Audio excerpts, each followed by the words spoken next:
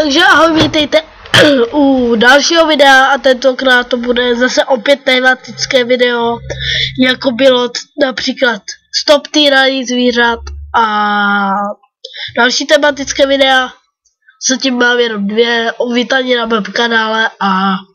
stop týrání zvířat, ale to tady teď nebudeme řešit. Toto video se vztahuje k tomu, je to upozornění, že jestli znáte hru Talking Angela, tak dávejte si pozor, protože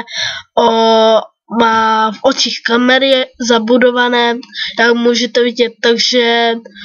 prostě když si tu aplikaci spustíte a třeba tam, já nevím, něco děláte, blbnete nebo co, tak ono vás to prostě vidí, takže pozor, jestli to máte v tabletech, v iPadech, Macbookech nebo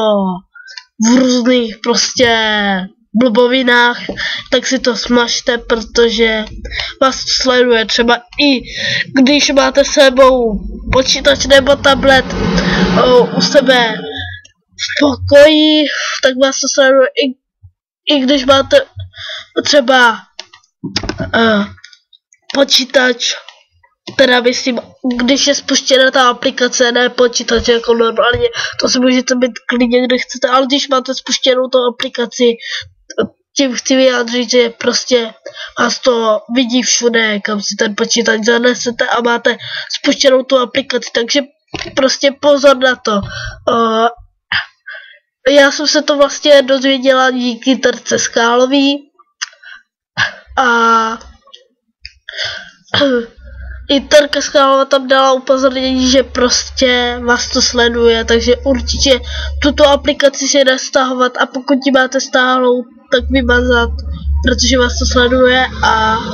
tady máte důkaz, protože vidíte tady to oko a tady vidíte v té vzorničce nějaký dům, jo, a víte, jak poznáte, že vás to sleduje? Třeba podíváte se pořádně do očí, do té vzorničky, co tady vidíte, tak se podíváte a vidíte prostě třeba vás, jak sedíte u toho počítače. Tak jenom to bylo takové krátké vyjádření k tomu, že prostě pozor na to, protože třeba ještě jsem se teda chtěla vyjádřit ještě k něčemu,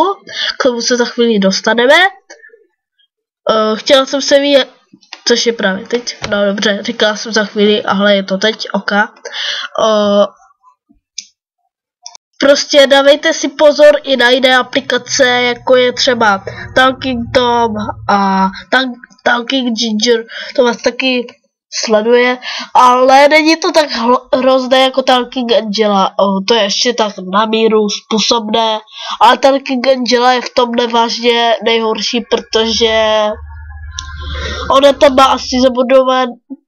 ty kamery nejvíc a u Talking Toma a Talking Ginger to není tak hrozné, takže to není v každé,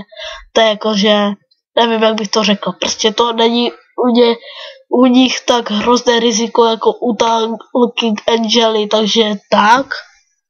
A jenom jsem vás chtěl pouze tímto informovat, každý má svůj názor, takže svůj názor mi napište do komentářů a like, odběr, comments a čus Naruto. PS, to je můj nový pozdrav.